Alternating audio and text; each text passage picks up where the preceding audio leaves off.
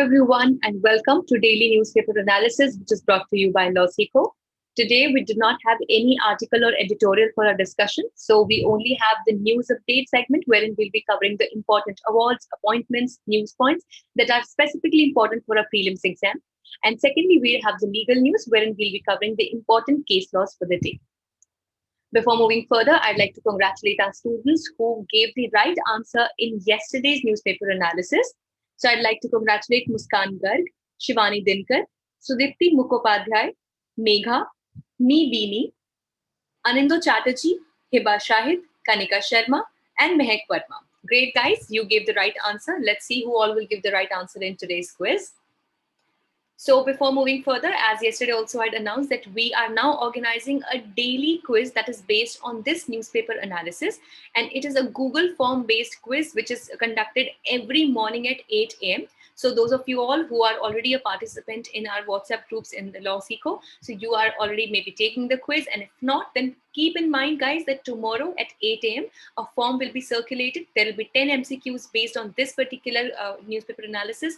And you will all have to take the quiz if in case you wish to do the revision of this entire session in the best manner. And for those who are not a part of the LawSikho WhatsApp groups, you can join a Telegram channel for the same. The link is shared there as well at 8 a.m. So the link is there in the description box below for the Telegram channel. And even the PDF of these slides will be available over there. Please remember that the access to this quiz is only available till 11 a.m. So you only have 3 hours span to take up the quiz. So now quickly, let's just start with the news updates for the day. Firstly, Ranil as Sri Lanka's new Prime Minister. So opposition leader Ranil Wickremesinghe was sworn in as Sri Lanka's new Prime Minister days after his predecessor Mahinda Rajapaksa resigned following violent protests over the worst economic crisis in the debt-ridden island nation. So as we know that currently Sri Lanka is facing a huge crisis, financial and economic crisis, and it is under great debt, specifically when we talk about it. So China's debt trap policy is one thing that has completely taken over the economy and financial stability of Sri Lanka. So in that situation and in these crises, the opposition leader Ranil Wickremesinghe has now become the new Prime Minister. Secondly, Sanjeev Bajaj has been elected as the Confederation of Indian Industry President.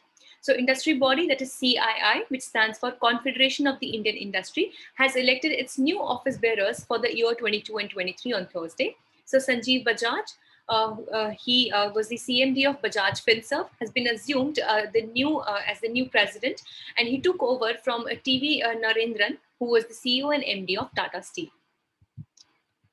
Thirdly, Tata Sons name Scoot Wilson as the new chief of Air India. So as we recently know that the Air India was taken over by Tata, and the Tata Group has appointed Campbell Wilson, the CEO of Singapore's airlines wholly owned low-cost subsidiary Scoot, as Air India's new chief executive officer and managing director.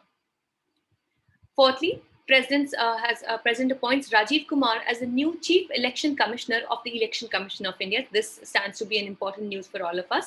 So the President of India has now appointed the next CEC, that is the Chief Election Commissioner of India. So Union Law Minister Kiran Rijiju informed that Rajiv Kumar is the Chief Election Commissioner with effect from 15th May 2022. He will now be replacing Sushil Chandra, who conducted the last 5 state assembly elections. Let's move about with the legal news for the day. Firstly, Writ court cannot impose penalty not contemplated in the statute in exercise of plenary jurisdiction, says the Calcutta High Court in the case of Sanghamitra Bhattacharya versus Sudeshna Kar and others.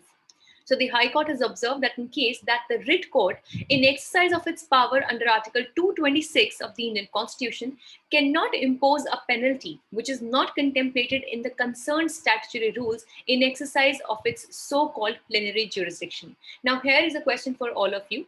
You need to tell me answers of 2 questions. Firstly, what do you understand by the plenary jurisdiction of a court? Secondly, when we talk about the writ jurisdiction, Article 226 has the writ jurisdiction of the High Court. Can you mention that which article has the writ jurisdiction of the Supreme Court? Also, if you know this, let me know that between the Supreme Court and the High Court, whose writ jurisdiction is wider in nature. So there are three questions for you. Explain plenary jurisdiction if you can. Tell me the article for the Supreme Court for writ jurisdiction and whose writ jurisdiction is larger as compared to High Court and the Supreme Court. Pause this video. Let me know in the comment section below. Secondly, we have today the domestic violence victim can enforce her right to reside in the shared household even if she has not actually lived there, says the Supreme Court in the case of Prabha Tyagi versus Kamlesh Devi. So the Supreme Court in a significant ruling has held that the victim of domestic abuse and violence is allowed to enforce her right to reside in a shared household. This right is available irrespective of whether she actually lived in the shared household or not. So this was all for the day. If you liked it, please give it a thumbs up. And also you may join our Telegram channel for the daily quiz as well as the PDF of these slides. Thank you so much.